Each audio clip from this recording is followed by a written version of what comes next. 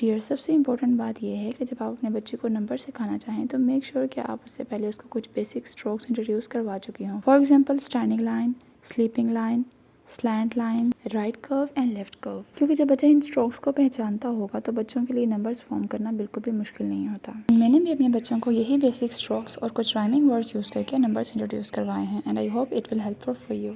Start at the top and make a big oval. That's a number 0. Start at the top and straight line down. That's the number 1. Make a right curve and slide on through. That's how we make a number 2.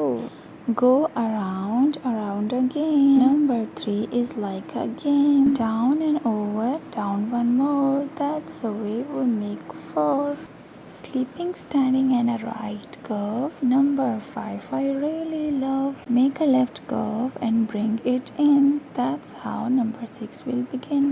Across the sky and down from heaven. That's the way we make a 7. Make an S and close the gate. That's how we make a number 8. Make a circle and a standing line. That's how we make a number 9. Hope you like it. Follow for more.